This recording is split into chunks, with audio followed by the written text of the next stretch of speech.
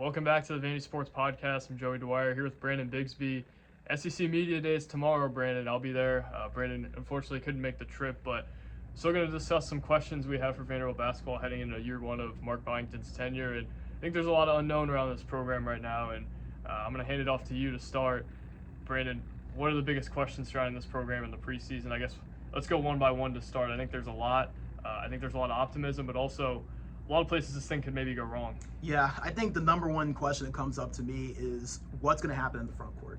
And obviously with the recent news with Kijani Wright being out indefinitely for a little bit, that question I feel like gets raised up a little bit higher because now you're looking at Jalen Carey really being the focal point now of that front court. And it was always kind of something that coming in felt like potentially a bit of a soft spot or a weakness within this team because there are not many big bodies in the SEC that really over the last 5 years we've seen big bodies can be what can make or break you in a lot of those conference games. That's an area to where if you had to pick a weakness out in this whole rotation, it feels like that is where it is. So what is going to be the answer to that front court? And not only that, does Vanderbilt have the depth to help Jalen Carey out? It can't just be him. There's going to be games where he struggles. There's going to be games where maybe you get in foul trouble. And not only that, but you just need bodies behind him to be able to step up. So what does that solution in the front court look like, and how can Vanderbilt mitigate that? I mean, that's the biggest question surrounding this team, right? I was kind of hoping you would go there. I don't think there's a single constant in that front court room. J.Q. Roberts is the guy who came back. Do we know that he can play the 5 consistently? I don't know. He played it a little bit against Florida last year, but not overly well. Jalen Carey is the guy we think is the best, but he averaged 7 points in a mid-major league last year. So how good is Jalen Carey really, right? I think he's pretty freaking good. He looked really good at that practice we saw a couple days ago. He looked like the most impressive player against Air. But, I mean, there's still a lot of questions there. He's a sophomore. He's a guy who hasn't played at the SEC level yet. He's not exactly going against world beaters in practice. So I just kind of wonder what exactly he is and how good he is. I think there's a lot on his shoulders that you probably were hoping that would get passed off a little bit, especially to Kijani Wright. I think their defense is something I'm concerned about in the front court. Kijani Wright, I thought, was their best defender there. And Mark Byington said already they didn't really pride themselves on shot blocking. Kijani Wright was probably their best shot blocker. They didn't have a whole lot of depth. Kijani Wright and Jalen Carey were going to be the two guys who probably played the 5. So you're really looking at the front court as a spot where you're pretty shorthanded, and I just don't know how much you have, even in terms of the guys who are going to play the 5. You have questions about whether J.Q. Roberts, that's probably not his natural position. Jalen Carey, you have questions about just because he hasn't done it at this level yet. I think he's going to be good, but you don't quite know that. And then Devin McLaughlin, I think, is going to play the 5 too. I just wonder, is he a 5 either? Because I think he has some parts of his game that play towards the 5, but also probably more of a natural 4 as well. So just wonder how all that fits, and are they good enough rebounding? Do they have a guy, and I think this is Jalen Carey, I don't know this for a fact, that they can throw it down to and he can get them a bucket to stop a run or to stop the bleeding when things are going really poorly offensively. You hate to be so negative, but I think the positive here, I guess, is that their scheme is going to allow them to play a little bit more without the front court, and they're going to be able to give it a different look, which I guess could be a positive in itself, but a lot of questions in that front court, Brandon. Yeah, and I hate to go back into the past. There's not anything you can do to change the past, but this is really the first time I feel like we've mentioned this name this summer. Feels like Allen Luben would be very helpful right now for this reason. And obviously, you maybe felt like there was a chance he'd come. He didn't enter the portal until almost a month after Mark Byington was hired. You thought maybe there was a chance he would stay. Obviously, found himself a good spot outside of Vanderbilt. But you do feel like that is now the first time with the Kijani Wright news. And really, you are kind of looking at a lot of question marks and a lot of unknown in terms of proven ability at that position. This is really the first time where I'm looking like, man, having Allen Luben on this team right now would be very, very massive, and it feels like it would maybe change the perspective a little bit of this. Obviously, Kijani Wright's still a big loss for this team, even with Allen Luben, just because, again, depth, such an important thing in the front court in the SEC. But without both of them now, you really are leaning on a lot of unknowns. At the end of the day, like you said, Jalen Carey looks impressive. J.Q. Roberts, I think he's someone that we all feel like has a lot of potential, probably one of the most athletic guys on this team, but you only know what you know, and you can only go off of what you've seen. We can't project what we think might happen. We can only go based off of what we have physically been shown and what we've physically seen from these players, which as of now, at the SEC level, isn't a whole lot to go off of. Yeah, and I think the way I look at this too is it's not only a question of the front court, but it's a question of how do you play. I think they maybe have to transform the way they look on the court and the way they operate just as a result of what they have in the front court. I think rather than playing 4 out, 1 in all the time, you might have to go 5 out more often. You might have to change what you're doing defensively because you don't have a shot blocker on the back end of everything. Mark Byington talked about a couple days ago how with Kajani Wright out, you're not necessarily looking at a team that can pressure as much because they don't have a shot blocker back there. And Jalen Carey, I think, can do it. JQ Roberts, I wonder if he's their most natural shot blocker out of the guys they have just because of his length and athleticism. I think Carey can block a few too. I do wonder, though, does that affect the way you play defensively and especially offensively? Because I think now, especially without Kajani Wright, not that they weren't already, I think they're a really high variance team, and we're going to talk about that a lot throughout the season, I would guess. They're a team that's probably going to go beat some teams they shouldn't because they're going to get up and down, kind of like the Nate Oates teams earlier in his tenure, where you're looking at them and you're saying, wow, they're losing to Vanderbilt with Scottie Pippen Jr. and Rodney Chapman at the SEC tournament, but they're also going and beating a bunch of teams they probably shouldn't be beating. I think they're going to be really high variance just as a result of not having the shot blocker, potentially not having as much of a low post threat as you would have thought, maybe not even as much as they did last year with Allen Luben, although I wonder if Jalen Carey's better than Allen Luben. I think he passed the eye test more than Luben does, but Luben was just such a productive player. And then I also wonder, can they defend enough to where they're not just in shootouts constantly? Yeah, and I think, too, that I now kind of go back to something that we heard Mark Byington say in that presser a couple weeks ago in early September. Remember, they didn't really work much on the defensive end over the summer, and now with Kajani Wright being out, you almost wonder if that may have been a bit of a blessing in disguise, because now you kind of go from having to work on things over the summer, you're relying on that guy being down there in the paint and being your best shot blocker, to now this team hasn't really worked with him at all defensively. It made me wonder if this almost could have been a blessing in disguise for him having not worked as much on the defensive end, because now they can kind of naturally know how to defend without him on the floor. Obviously, for Mark Byington, he probably conceptualized a little bit with his staff what defense would have looked like with Kajani Wright in the lineup, but being able to actually go out there, impart that on the floor, and getting your players to all gel together defensively without him, I think that's an interesting factor to this as well, because you feel like if they had really honed in on the defensive side the entire summer, players kind of got used to having him down there, and all of a sudden that's taken away. You're having to adjust that 3 weeks before the season starts. It's not great to have that injury, but I do think maybe it possibly could go to their benefit almost if they waited so late in the year to get that defensive practice in, and they can kind of get used to playing without him being down there as well. I think that's a great point. I think you look at guys like J.Q. Roberts and Devin McLaughlin and the roles they'll be thrust into too, and the time of year they're thrust into them is a good thing. If Kajani Wright had this pop up in, say, December, you're in trouble because J.Q. Roberts probably hadn't played a whole lot of 5. He played a little bit throughout the summer. Devin McLaughlin, I can almost guarantee you, probably would not have played much 5 to that point, especially in game. And those guys would have been thrust into action in places they weren't. And I also wonder, another question, how does this affect the rotation? Because I don't know that J.Q. Roberts was going to be a guy who played a whole lot throughout the year. I think you look at the back end of the rotation, and we'll talk about this more. I think this was one of the points we wanted to hit. You've got Alex Hemingway, MJ Collins, Chris Magnon, Grant Huffman. There's 4 guys who probably aren't going to start who are going to play. Tyler Tanner, Mark Byington said, is going to play. And then you have J.Q. Roberts. I mean, what do you do with all that? I think now you almost force J.Q. Roberts to jump a guy that deserves to play, maybe even a little bit more. I do think J.Q. Roberts has gotten a lot better. From what I saw at that practice, it looked like it. He got better throughout the course of the year last year, and every indication I had was that he and Jalen Carey were 2 of the guys that had the best summers on the roster. So you're looking at that as a point of optimism, but you also think maybe Mark Byington's got to toy with some things maybe he didn't want to in terms of the back end of the rotation and how minutes are distributed. And again, this is when you go back to the non-conference schedule, because it's not really a whole lot of time that Vanderbilt's going to have to tinker before they have a really big non-conference game against Cal in the second game of the year. So, there's not really a whole lot of time for you to adjust before you meet really high-end competition. And remember, you're going to see a very big physical center that you're familiar with in Lee Dort in Memorial Gymnasium that is going to want to come in and make an impact. So there's a lot of questions. There's going to be a lot of adjusting and tinkering, I think, with the rotations now. And again, this might force J.Q. Roberts, someone that may have played 5 to 10 minutes a game, to sometimes maybe playing north of 20, just because of the way some things will shape. Because you have to remember, and this was something that I think over the last few years before this past season was a strength for Vanderbilt. When one big got in foul trouble, you had someone that could come in. If Leon Robbins picked up 2 quick fouls, okay, QMB can come in. He'll eat up some minutes. You know that he'll be able to defend well. Maybe not the flashiest player, but he'll rebound. He'll eat up some space down low.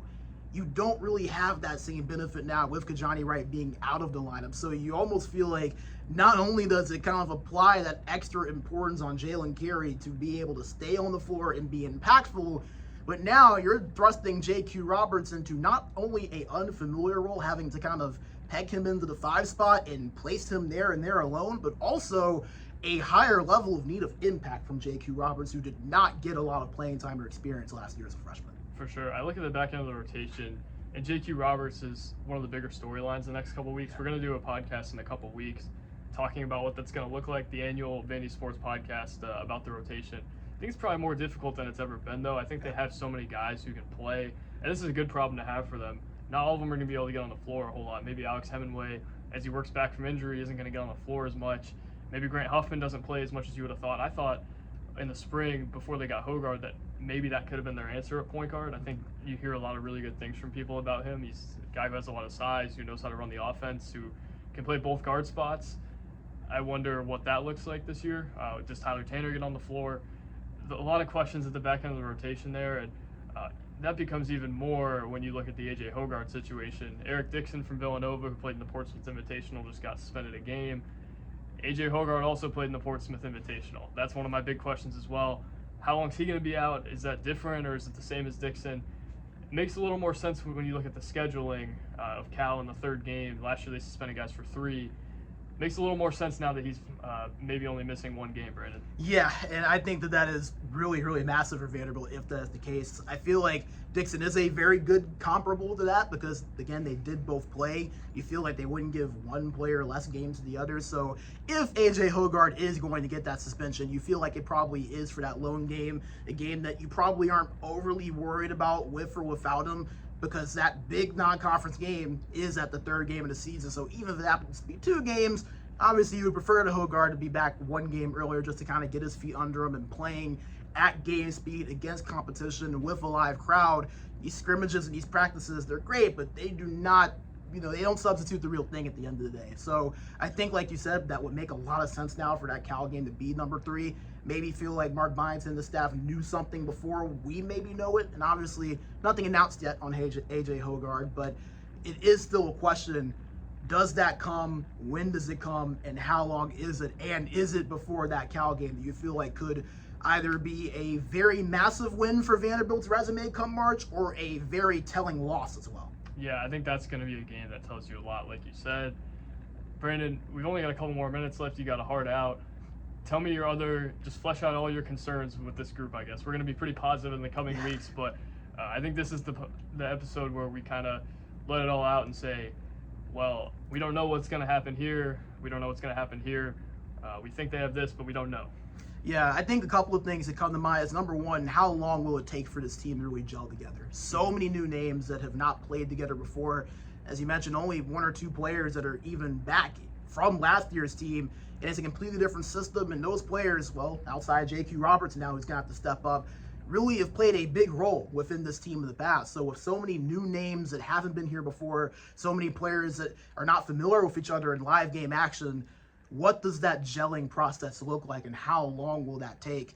I think the other question too, and it's something that we've brought up before, does this style of basketball work in the SEC? It's not something that we have really seen in the past, whether it will work or not work.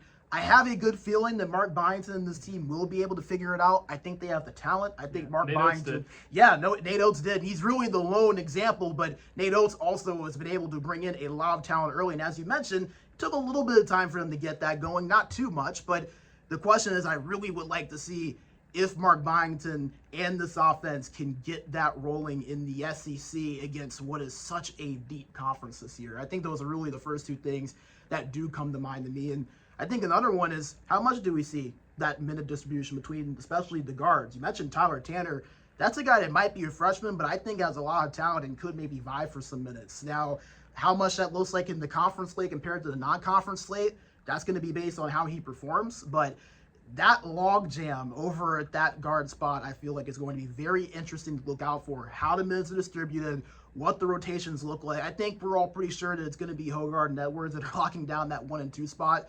But outside of them, how does the distribution of minutes look like when you have guys like Mannion, like Hemingway, like Tanner, like MJ Collins, like Tyler Nickel? That's 5 guys right there. That's a whole lineup. You can't start all of them, and not all of them are going to be able to play 15 to 20 minutes a game. So I think those are really the biggest questions I have.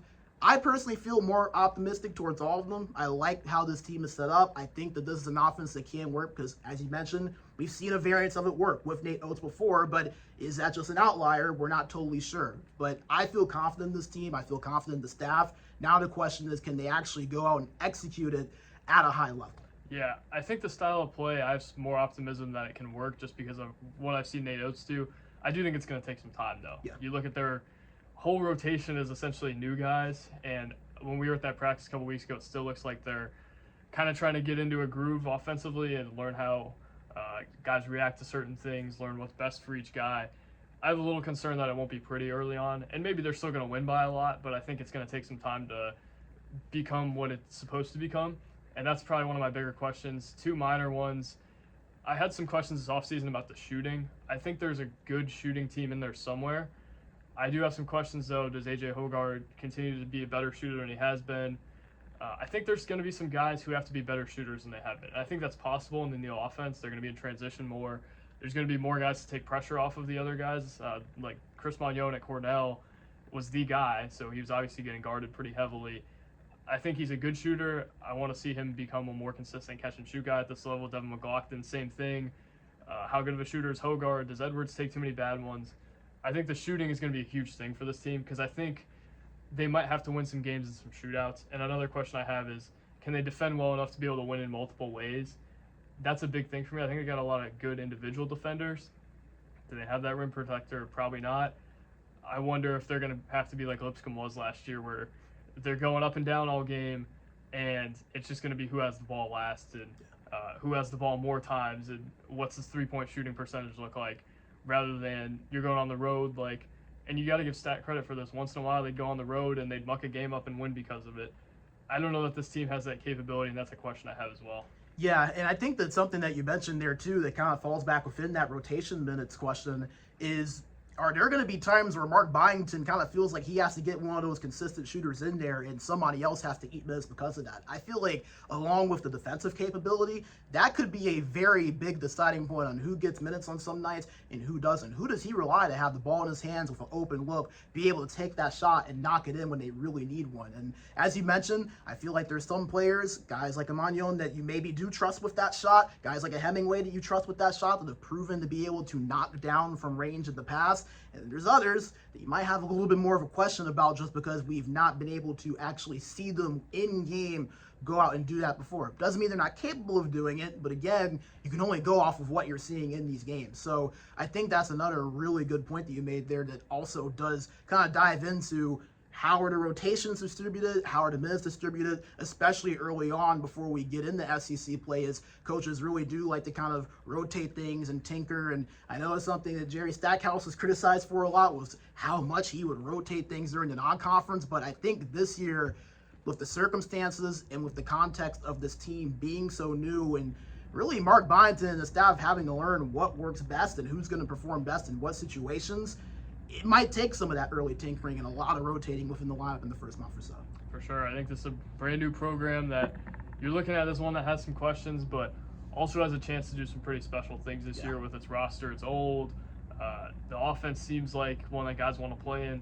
I think this is a year that could be a huge stepping stone for them, and we'll be more positive the next couple times we talk, but wanted to flesh out some questions as today's SEC Media Day, and we're going to continue coverage up until the season and through it. Brandon, thanks for joining me, and we'll be back soon. So keep watching the channel for Vandy sports content. Obviously a lot of football content, but had to mix in some basketball with the Shea Ralph extension yesterday and SEC Media Days today. We'll speak to A.J. Hoggard and Tyler Nickel later. We'll speak to Mark Byington, and Chris Lee and I will probably have some sort of reaction from that. So be sure to tune into the Vandy Sports Podcast the rest of the day. Thank you for watching, and God bless.